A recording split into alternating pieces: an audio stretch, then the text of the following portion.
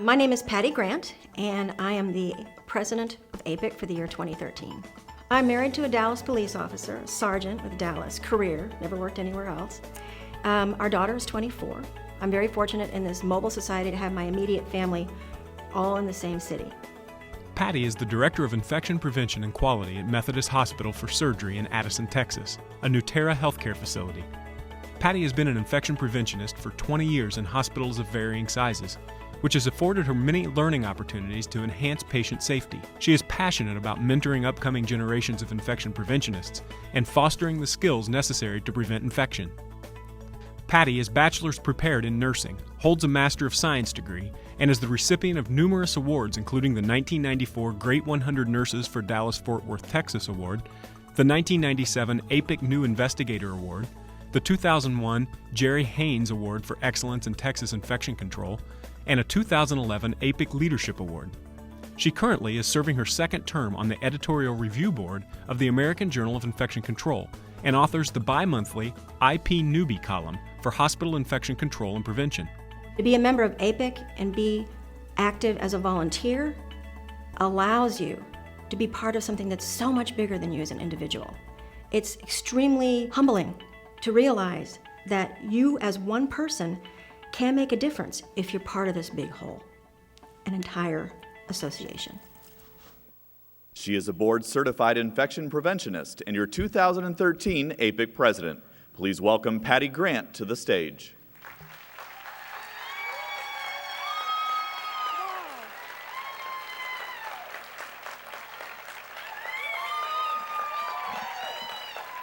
Oh my goodness! Thank you very much. Thank you very much. I haven't done anything yet. Karen so graciously said thank you for being here, but I do want to say thank you from the bottom of my heart for being here. I know some of you pay your own way, and I know some of you are sponsored in part or in full by your employers, so wow to both of you for taking advantage of the networking you're going to have here. Also, thank you for electing me to serve. I feel kind of guilty because I'm in the right place at the right time. And none of us would have been here had it not been for the people who worked so hard to get us here. So seriously, thank you for allowing me to serve. And I can think of no better way to start than to provide some inspiration for all of us. And lucky for you, the inspiration is not coming from me. The inspiration is going to come through the presentation of 3 awards.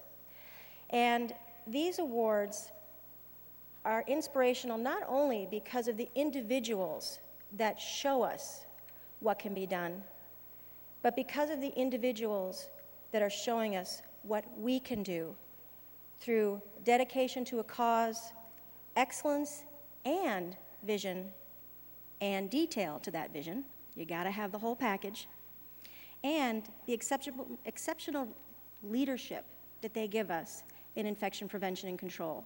So with that, I'm going to read directly from my script because I do not want to mess up even a little bit something as important as these 3 awards.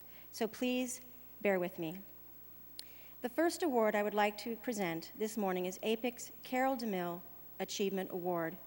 This award is APIC's Lifetime Achievement Award, and it honors infection preventionists whose contributions have improved the practice of infection prevention through research, performance improvement, visionary leadership, and community service. As I said, it has to be the whole package. That wasn't in the script. This year's Carol DeMille Achievement Award goes to Candace Friedman, MPH, CIC, from Ann Arbor, Michigan. Candy has worked in the field of infection control for 40 years and was recently Director of Infection Control and Epidemiology at the University of Michigan Health System, where she continues to serve as Project Manager in the Office of Clinical Safety. I remember Candy being our president in 1997. Through her career, Candy has pursued international professional activities and is recognized as a leader in international infection control. She was instrumental in forming APIC's collaborations with global organizations, including the Community and Hospital Infection Control Association Canada, as we fondly know as CHICA Canada, the United Kingdom's Infection Prevention Society, as we know, our IPS, and the International Federation of Infection Control, APIC. In 1999, she organized the Global Consensus Conference on Infection Control issues related to antimicrobial resistance. After the conference, she led the creation of the International Infection Control Council, which produced toolkits and resources to address infection control needs related to pandemics, disasters, and other issues.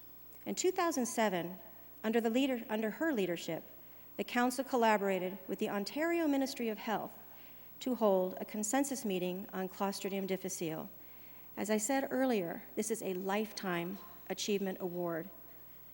Please join me in welcoming to the stage our Candy Friedman, board-certified infection preventionist and our 2013 Carol DeMille Achievement Award recipient. Please welcome Candy.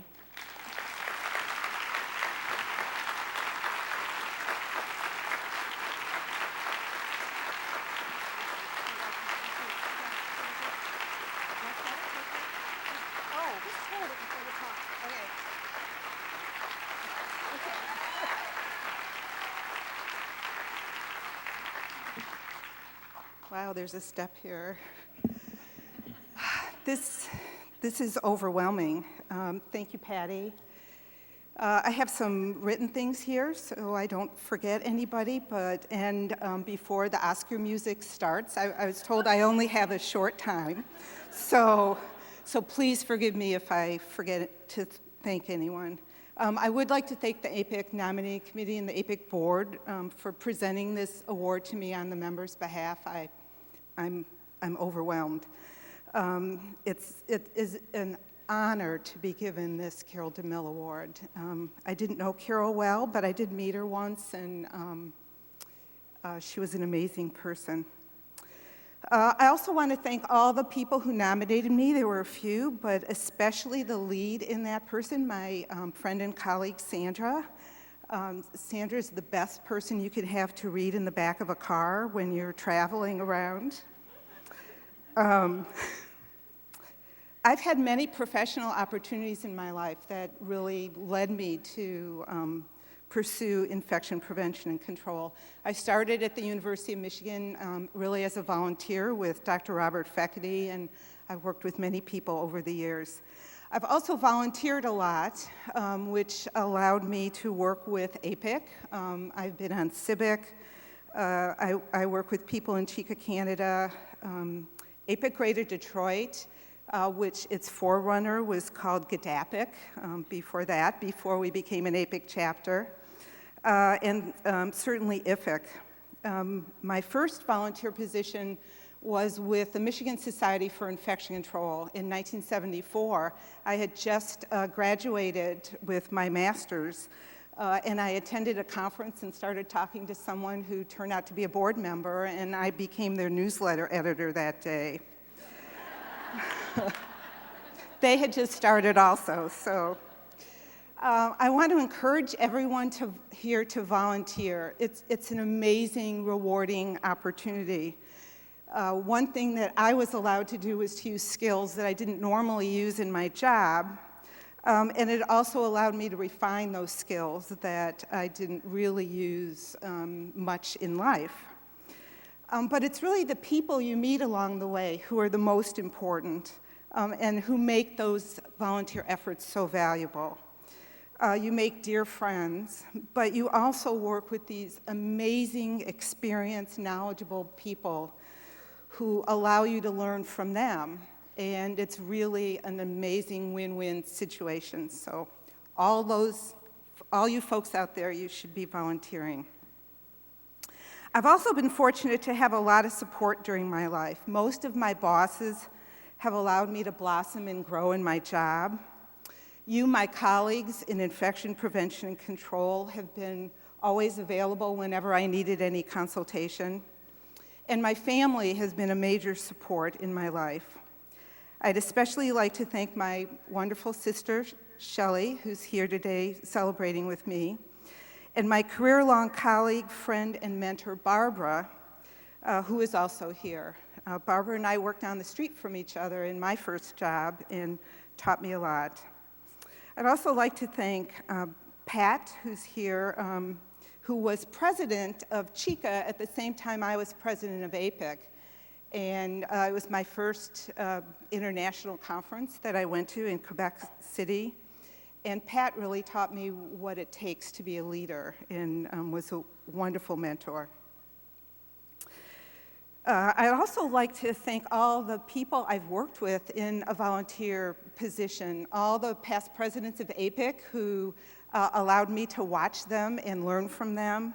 I've been on lots of committees and learned from those members and their chairs.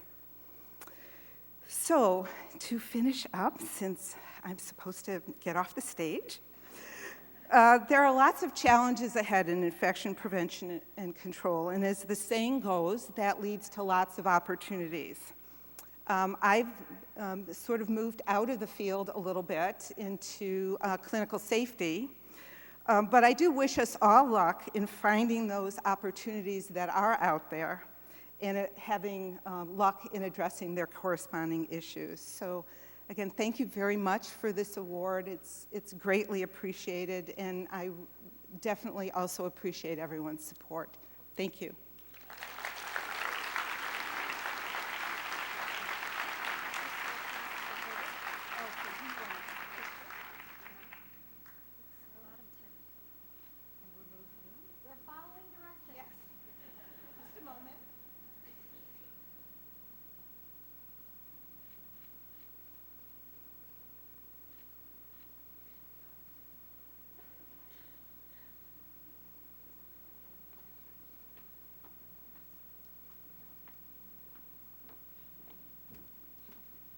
You know I'm not this tall, right?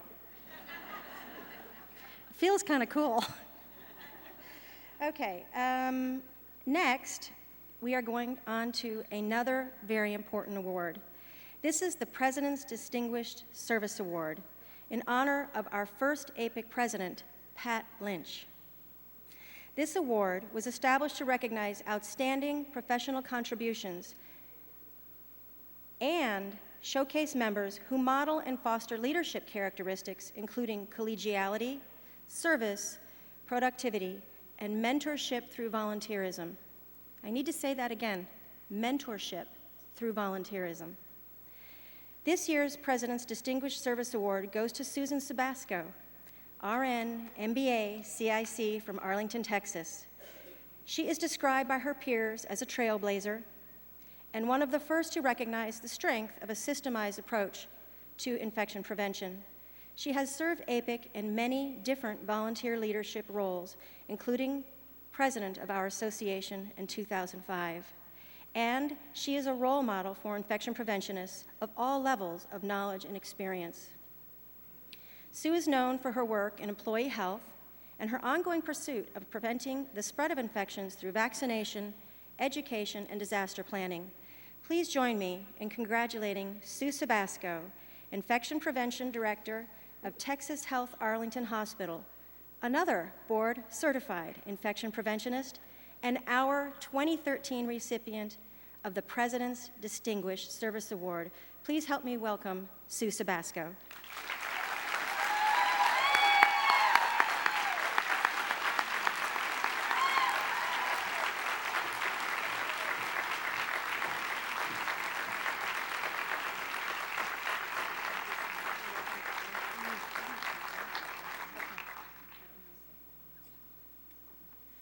I'm afraid to step up here.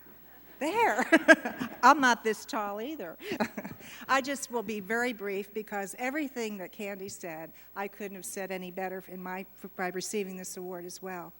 I just have to say, it's family and friends and everyone, and I'm very humbled, and I want to thank everybody for your support over the years. Texas, Iowa, family, as I mentioned, and all of my coworkers, everyone that supports you in these commitments. And my sister told me, APIC, you've gone to APIC, you never expected to be recognized, but I know how much it meant to you. I've been a member since 1976. I've absolutely loved coming here every single year and seeing all of you and sharing so many personal and professional challenges and warm moments. So thank you all very much, and I don't want the music to start playing either, so thank you.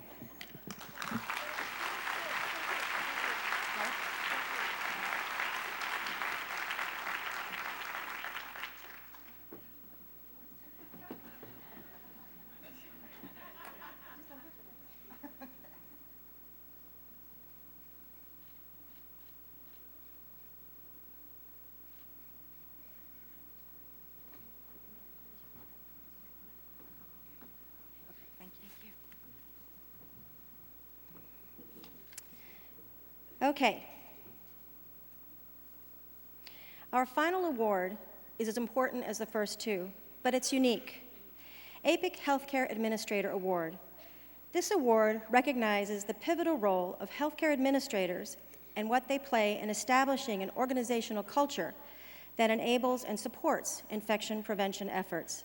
APIC is committed to recognizing executives who champion infection prevention to improve quality and patient safety, leading to better performance and outcomes. This year's award goes to John Calderone, PhD, I'm so sorry. Let me do that right. Dr. John Calderone, PhD, Chief Executive Officer at the Olympia Medical Center in Los Angeles. With backing from Dr. Calderone, infection prevention professionals reinvigorated a system-wide hand hygiene campaign with buttons and signs that engaged patients to ask their healthcare providers if they had cleaned their hands. He personally addressed the hand hygiene observers about the importance of their task and provided one-on-one mentorship with physicians directly to minimize potential resistance. Dr. Calderone's leadership and commitment to infection prevention were also evident when the hospital experienced an unexpected rise in CLABSI, and he made sure that all the nursing directors accompanied the IPs on rounds to check the central lines, sending a very clear message that this was a serious matter and breaches in practice would not be tolerated. Fostering collaboration led to a significant decrease not only in their CLABSI rates, but also in their CAUTI rates. Dr. Calderone expressed his sincere thanks for receiving this honor from APIC and sends his regrets because he is unable to be with us here today in Fort Lauderdale due to a previously scheduled engagement. Please join me in one more round of applause for this year's recipient of the APIC Healthcare Administrator Award.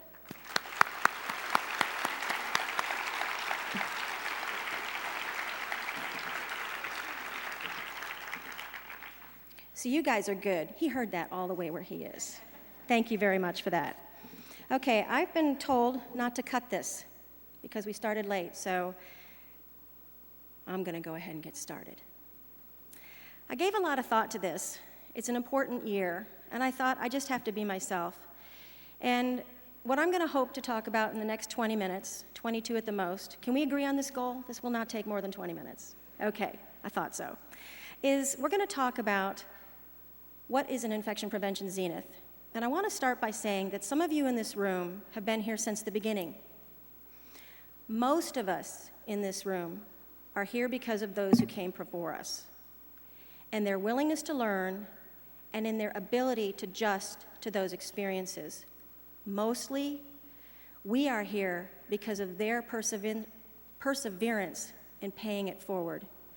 APIC will continue its meaningful existence in no small part, due to our collective ability, our collective willingness to ask the help of others in the fight against infection. Who are these other people going to be? Where are they going to come from? I'm suggesting that these other people, they need to come from outside, from beyond our traditional comfort zones.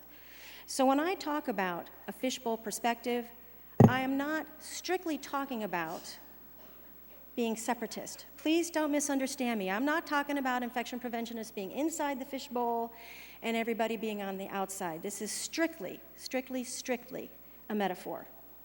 But it's useful when I'm trying to make the point of how we have to try to swim in the same waters to be a little corny. I need to start by saying, again, I have been in the right place at the right time many times throughout my APIC career. And I've only been allowed this unofficial, official education because you have allowed me to serve. And I encourage each of you to serve. I need to take you back to APIC's 2004 Future Summit. This was a first. We got together with industry partners, our strategic partners, we had APIC leadership in the room, and we were basically a 2-day think tank. It was new. The one thing that I really took out of there that I think changed the face of APIC didn't come from inside the fishbowl. It was the second day, and I, for the life of me, cannot remember who the industry partner was, but I remember it was a man. And he stood up and he said, first of all, you people, you do not do infection control. You do infection prevention. And I'm sitting there going, yeah, okay, I know. And I kind of said it that way. I can be a little flippant sometimes. And he said to me, no, Patti, you don't get it. People don't know you do infection prevention. You keep that to yourselves. You are not saying what you do. I didn't hear it really that day, but look what has changed from that one comment. We call ourselves infection preventionists today, not because it's a job title. It's a description. It unifies us as a body that is fighting infection. It doesn't matter if you're an RN, an MD, an MPH, if you work in microbiology, if you're a respiratory therapist, LVN. If your primary function is to help fight infection, you are an infection preventionist. That came from that summit. That same summit, our keynote speaker was a man named Ken Siegel, and he works with value capture out of Pennsylvania. And Ken stood up there and he talked for about 3 minutes, and he's going on and on about this hidden epidemic in the United States. And I'm like, okay, man, I'm current. I'm not aware of any epidemic we're having right now. What are you talking about? And just about the time I was going to lose interest, he said, and that hidden epidemic is infections in hospitals. I looked at him and I thought to myself, I think I had a fight or flight response, because I remember hearing I'm not making this up, I remember hearing my pulse in my ears, and I felt this flush come up, and it wasn't a good flush. And I felt this flush come up, and I'm like, who does he think he is? He is in a room of APIC leaders. There's no epidemic. I know what an epidemic is. And this is not an epidemic. This is a usual day in the office. Remember, this was 2004. Then I've had the honor and privilege of knowing Lisa McGifford for over a decade. And Lisa McGifford is with Consumers Union. And Lisa and I have agreed to disagree on several things, but she and I have been very gracious to each other and trying to see each other's point of view. And what Lisa said to me shattered my world. Now remember, this was over a decade ago, and I had gotten to know her a little bit. And I said, Lisa, now that I know you, I need to say something to you. Please don't take offense. I said, I am personally affronted, even today, that when you started on your quest to decrease healthcare-associated infections in this country, that you did not come to APIC. We have been in existence since 1972. I basically got on my soapbox. I said, we have been in existence since 1972. We have thousands of people. This is all they do for a living, and you did not come to us for help. She looks at me and she says, that's because APIC is under the radar. Now remember, this was over a decade ago, but that message has never left my brain, and now you have heard it as well. What I'm about to say is a little uncomfortable. It has to do with moral clarity. Again, Ken Siegel, he wrote 2 articles in our Prevention Strategist in 2010, and I'm reading this article, basically just trying to learn, and it says, if it's okay to give an HAI to someone, okay, and we know under perfect circumstances, somebody's going to get an infection. It's not a perfect world. This is something we know in this room. And I'm thinking this as I'm reading this one sentence. And then I read on, and it says, if it's okay to give an HAI to someone, then who is it okay to give the HAI to? So please don't kill the messenger here. I'm repeating what I read, and I hope that you had the same impact to you right now that I had when I read it. I literally had to put the publication down and think about it. My mom's had an SSI. My dad has had an SSI. My Uncle Bob will never walk again without a walker because a hip got infected and he had to have 3 surgical procedures. And everybody in this room probably has a story, but this man made me see it differently.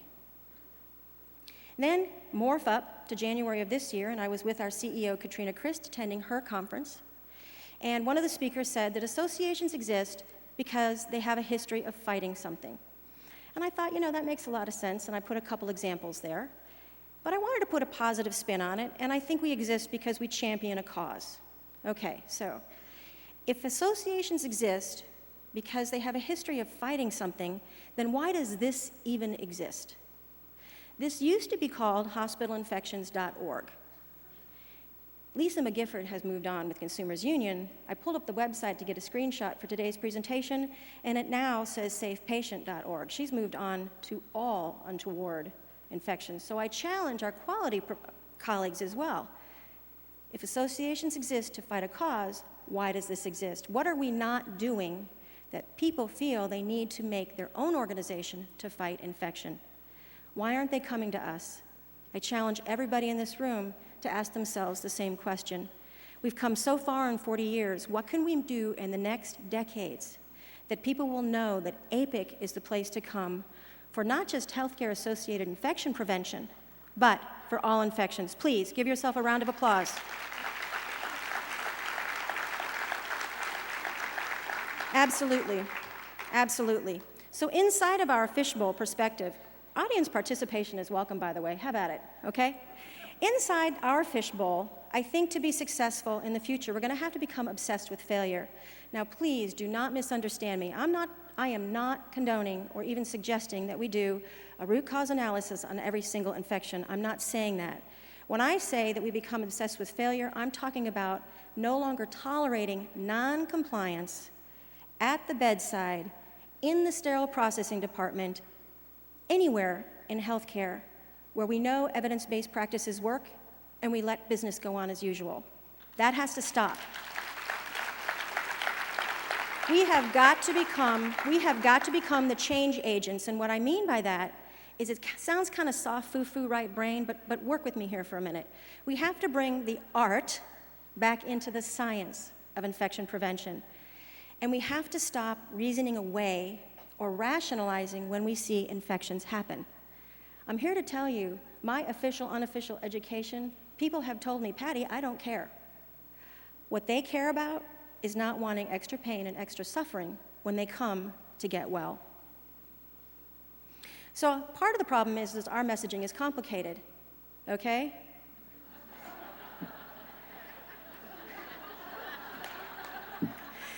Messaging does not need to be complicated. I don't even need to tell, I have no idea if this was done by a teenager who was bored, a parent who was trying to send a message, or if it came from MAD. I don't know if it's to show happy hour or if it's to stop drinking. I don't know. But we all know that this is about alcohol, and too much of a good thing can make you spill your seeds. Okay? So not all messaging is complicated, but healthcare-associated infection is serious business.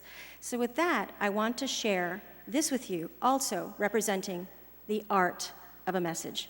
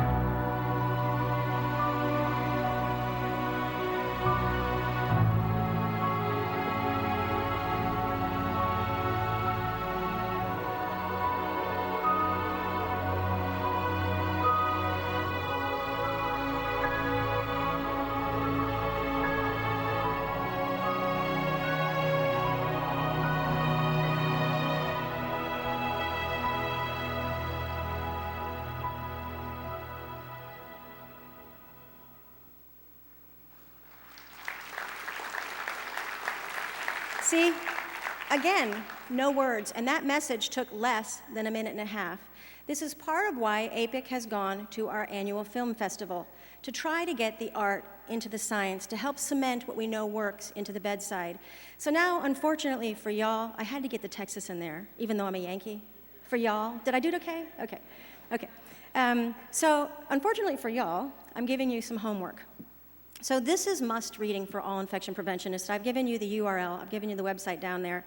If you're not already familiar, you need to pull up these two studies. The first one is called Silence Kills, and the other one is called The Silent Treatment. This was a collaborative study done through Vital Smarts and Crucial Conversations, AORN and AACN, organizations that we both share territory in infection prevention.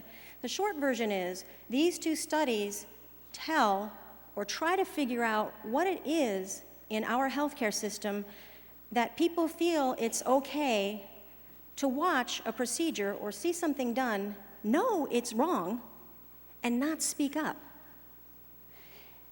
I learned a lot from these publications, and I want to pass that on to you as well if you're not already familiar with them. It's really very excellent reading. Here's more homework.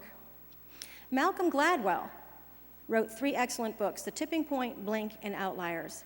And I can't possibly do this author justice, so I'm going to just point out some things that I want you to keep in the back of your mind as you're reading these 3 books, because from an infection preventionist standpoint, we can learn volumes from this man. The first message that I learned is how did too much data hurt us on Pearl Harbor Day during World War II? It doesn't matter what the war is or what the peace movement is or what the data collection is. The message is too much information harmful? And I want to ask, no applause please, we've got to be politically correct here, but I want to ask yourself the question, are we getting ready to go full circle? And is this going to be a benefit to the patient with total house surveillance? Remember this particular example when you're reading the book. The second thing I want to say is symphonic and philharmonic orchestras throughout the world were all men. Women were not allowed to play. They weren't strong enough, they weren't smart enough, whatever the reason. And through an accident of fate and a change in the audition process, philharmonic orchestras all over the world and symphonic orchestras are now co-ed, and it's because they fixed themselves from within. How can infection prevention and control fix themselves from within while they go beyond their comfort zone to enlist the help of others? And the last example I want you to think of while you're reading these books is called the broken window effect. What can we do? What can our broken window effect be to decrease infections? Inside of our fish bowls, we are not the only ones dealing with decisions that are difficult every day. As a matter of fact, we're not even the same species, okay? People and animals everywhere, whether they can talk or not, have to have difficult decisions. This says, knock on the door or pee on the rug, okay? Now, how does this equate to hand hygiene? Okay, seriously. You know, the dog knows he's not supposed to go on the rug. He knows this, or she. It might be raining outside, his back might be hurting that day, he's too tired. Same thoughts go through healthcare workers when they make the deliberate decision to wash or not wash their hands. So how will this new reality feel? What will it look like? Well, I'm here to say that, thank goodness, we have innovation in infection prevention everywhere. All you have to do is go to the presentations, look at the oral and the poster abstracts. We have got innovation in every practice setting now. We really are making leaps and strides. What I'm saying is, to get through the next decades, to really push the envelope, we're going to have to let go. This is hard for me to say because I'm like a control freak, okay? And here's the thing, the best teams that I've ever been on are the ones that I refuse to chair. I have not chaired a CLABSI team, a CAUTI team, or a C. diff team, or a SCIP team in over 15 years. And I have taken a lot of pressure from that in my employment, and I have changed jobs. But I've been consistent in my messaging, and my messaging is this: as long as I continue to do it, they're not going to see it as their own. And they quickly learn that it's a lot harder for me to sit back and plant seeds and allow them to succeed than to do it on my own. They learn that it's not done out of indolence, that I'm not being lazy. So I encourage each of you to try to send your messaging. You need to balance through facilitation. We have to always be there to reel them in when you start hearing things like changing the circuits every 48 hours, when we know 15 years ago that's not going to help, right? You can never remember our tagline, spreading knowledge, preventing infection. This is what infection preventionists do. We have got to learn, if you take nothing away from this 20 minutes or so, remember balance through facilitation. This is not easy. This is Dr. Sonia Nieto. She is a brilliant educator. I learned her through my daughter. And I love this quote. This is like, needs to be mandatory job description and for all of us. Conflict is inevitable and should be embraced as an inescapable part of learning. Stop and think about everything that you've ever learned. Most of it was not easy. And certainly in healthcare, conflict will be involved. We need to learn from those experiences, I said in my opening remarks. So moving forward, I want you to really pause and think of a world without APIC.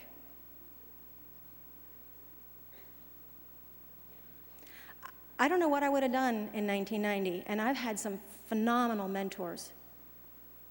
I can't even believe the people who have blessed me with their teachings, okay? But it was APIC that was my constant through all these years. And we have to set the silver lining in our fishbowl. And our silver lining is that we have got to create a space for art, which is just another word for people skills. I'm trying to give you a non-complicated message.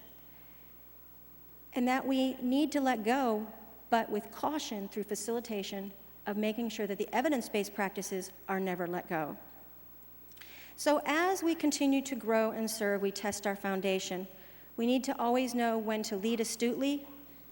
This is a hard one for me. Know when to bravely follow. And sometimes, especially as an APIC leader, I have had to follow. May have different opinions. Remember Dr. Sonia Nieto's quote. Seek and listen to our customers, and we have so many customers. It's not just about the patient. Strengthen the inside of our fishbowl, and we do this through our collaborative. One thing APIC does very well, we play nice in the sandbox. We do. This is one of our strengths, and it's something that we are going to continue to build upon. So we're going into some uncharted territory, definitely, but this is one of my final messages, and I need you to take this away with you, please. Until the public demands our presence in healthcare, we are only going to go so far. We are going to continue to be legends in our own minds. Okay? We know we're cool, but I want to take this one step further. What does the public demand? They demand a clean hospital, right? Rightfully so. They demand skilled surgeons, smart doctors. Shoot, we've got HCAPs for the perception of care. Perception of care, meaning it may not really be the right thing that they're measuring, but it's the perception of care, because what the patient perceives is reality, okay? They demand good food, shoot. Half the time they're demanding gourmet food. Oh yeah, and the artwork on the wall, that better be there. And the tile floor, and the concierge service. These are things in our hospitals today where people go to be sick and not have vacations, okay? When was the last time anybody from the general public walked into a healthcare facility, went up to the information desk and said, I need to know how many certified infection preventionists are in this hospital before I walk in for my health care? Okay? When? So here's the thing. Until the public demands our presence the way they demand all these other things, we are not going to progress beyond much further where we are. We're always going to be good at the science. Remember, they don't care. We need to know about the science. We need to get the science at the bedside. We need to balance through facilitation. But the public has got to start demanding our presence in healthcare for us to catch on and be part of the infrastructure. Individual IPs are doing a phenomenal job.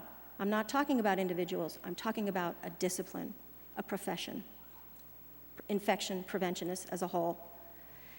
We're here to celebrate. We've come together who we are, and we exist because of who we are. We are the largest association in the world for infection preventionists. We network through our chapters. We've got over 100 chapters. We have international chapters. We've got such a strong headquarters staff who have become so adept at working with the content expertise of the volunteers. We have such an exceptional knowledge base in our membership because we share the vision of healthcare without infection. And I made the clarification, that's not a number. It's not the number 0 I'm talking about.